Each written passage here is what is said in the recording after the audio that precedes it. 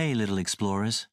Welcome back to Cozy Time Adventures, the snuggliest story corner on the internet.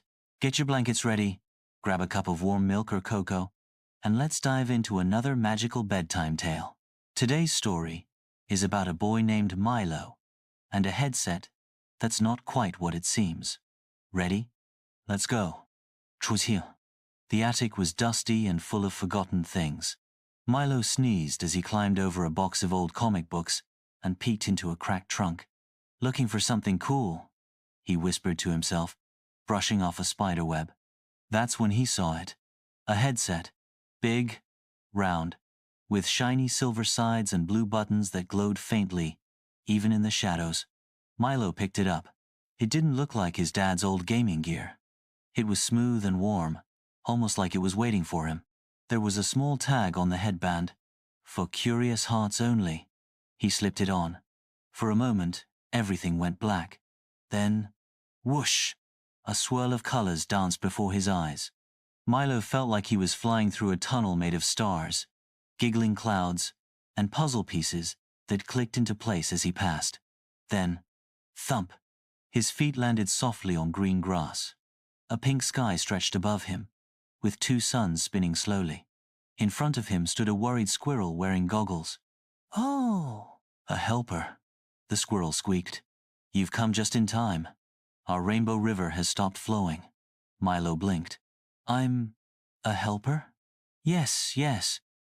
Only the headset chooses helpers. And you're here now, so that means you're ready." The squirrel grabbed his hand and tugged him toward a nearby hill. "I'm Tixie. Come on. The rainbow river feeds all the colors to our flowers. Without it, the color garden will fade." Milo's heart beat fast. This was just like the games he loved, but real. He could feel the grass under his toes and the wind tickling his cheeks. At the top of the hill, he saw it. A river, wide and dry, its colors trapped in big glass jars stacked beside it. A grumpy-looking chameleon paced nearby. "I stopped the flow," the chameleon muttered. "Too many colors.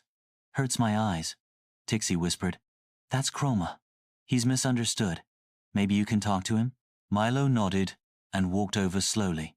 "Hi, Chroma. I'm Milo. Why do the colors bother you?" Chroma looked up, his eyes swirling like marbles. "They move too fast, too bright. I can't think straight with all that noise." Milo sat beside him. "What if we slow the river down? Make the colors gentler?" Chroma's eyes lit up. "Can we do that?" "Let's try." Milo smiled. With Tixie's help, they adjusted the jars, mixing the colors carefully and pouring them into the river slowly. The river began to flow calm, soft, and beautiful. Flowers bloomed below the hill, glowing gently in the pink light. Chroma smiled. "This is better. Thank you." "You're welcome," Milo said. Suddenly, the headset buzzed on his head. A soft voice said, "Challenge complete." The stars swirled again, and Milo felt himself being pulled upward. Back in the attic, the headset gently powered down. Milo pulled it off and sat in silence, heart pounding. Had that really happened? He looked at the tag again. For curious hearts only. Milo smiled. Tomorrow, he'd explore again. The next morning, Milo couldn't stop thinking about the Rainbow River. It had felt so real, the flowers, the squirrel, the glowing sky. He ran up to the attic right after breakfast, the old floorboards creaking under his socks. He sat cross-legged and gently placed the headset on his head again. This time, he whispered, "I'm ready." Whoosh! The colors swirled once more, faster now, and his breath caught in his throat. When he landed, it wasn't grass beneath him but smooth, square tiles in all sorts of colors and sizes. He stood in the middle of a giant town made of puzzle pieces.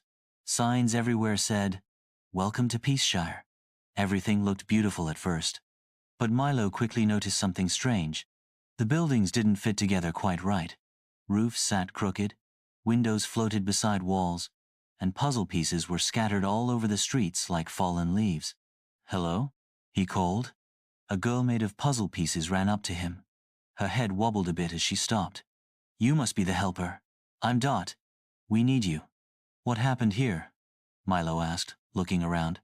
Our town is breaking apart, Dot said, picking up a stray corner piece. No one can agree where the pieces should go. Everyone thinks their way is best. Can't you work together? Milo asked gently. Dot shook her puzzle-shaped head. We tried, but now everyone is upset and confused. Nothing fits anymore. Just then, a crowd of puzzle people gathered. Some were square, others curvy, some tall, some small. They all shouted at once, "My piece goes on the top."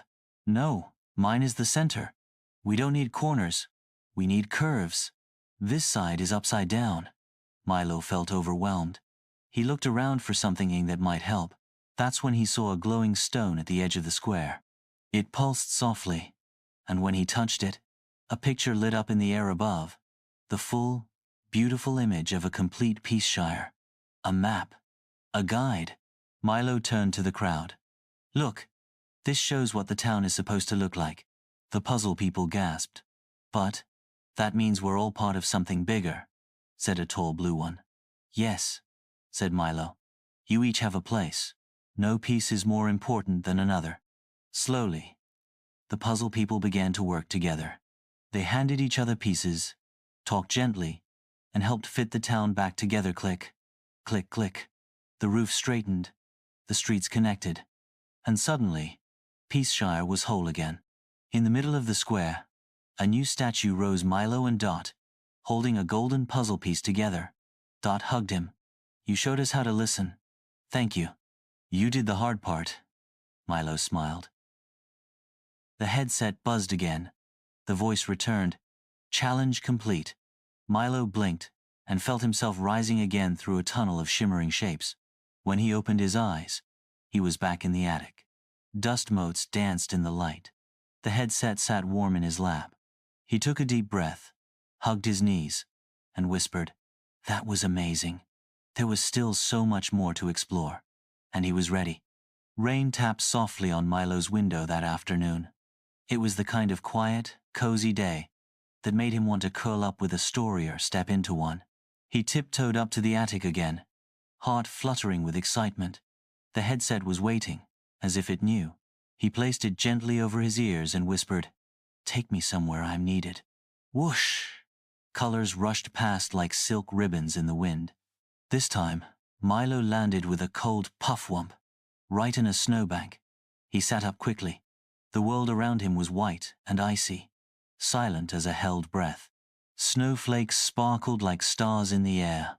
Tall crystal towers shimmered in the distance. Everything was frozen trees, rivers, even birds in mid-flap. Milo rubbed his arms, shivering. A voice called from behind an icicle-covered bush. "You're not frozen? Are you real?" Out popped a little girl wearing fluffy earmuffs and a heavy silver coat. She had big round eyes and a blue scarf with tiny hearts on it. "I'm Milo," he said, brushing off snow. "Who are you?" "I'm Luma," she said softly. "You must be the helper.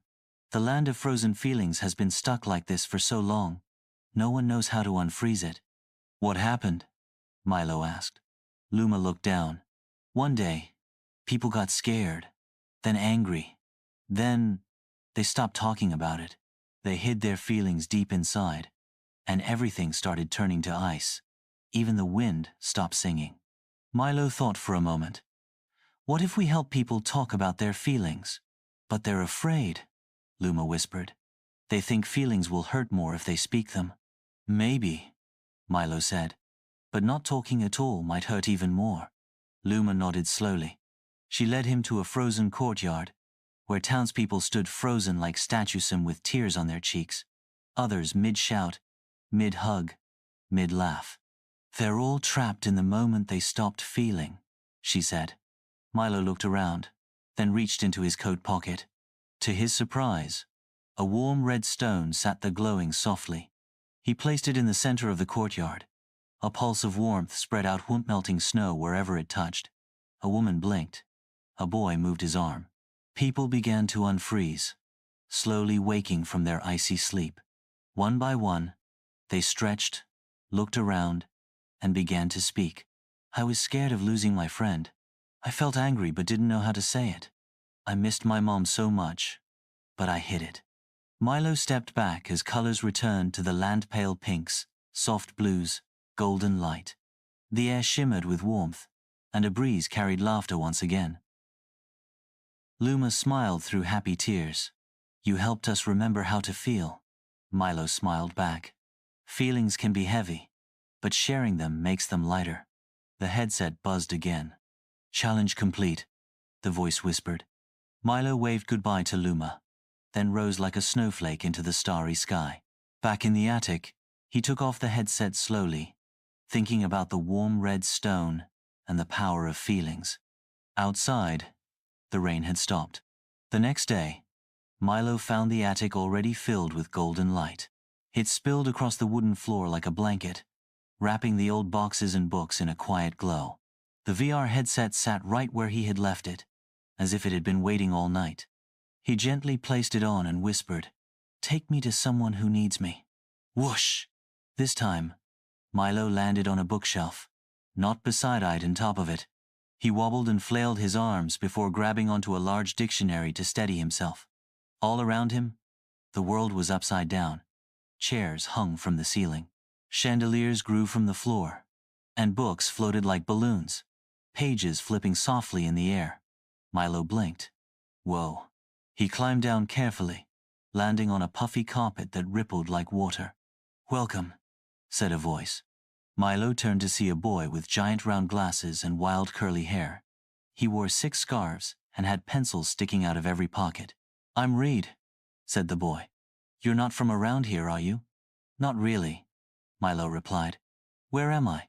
"You're in the Upside Down Library," Reed said proudly. "But something's gone terribly wrong. No one can read the books anymore." Milo looked around. The floating books spun too fast to catch. Some had upside-down letters, others were completely blank. Reed sighed. "Every book has scrambled itself. The library got too full of noise.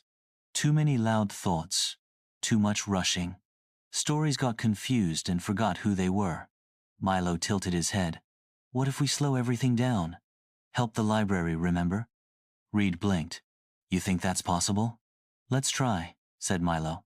He reached into his jacket and just like before found something new. A tiny glowing bookmark. He placed it gently on the floor. A calm hum filled the air. Suddenly the books slowed down, floating gently like sleepy birds. The letters began to rearrange themselves. Pages filled with words. Sentences settled into place. One by one, the books dropped softly onto shelves. Children peeked out from behind tall stacks, eyes wide.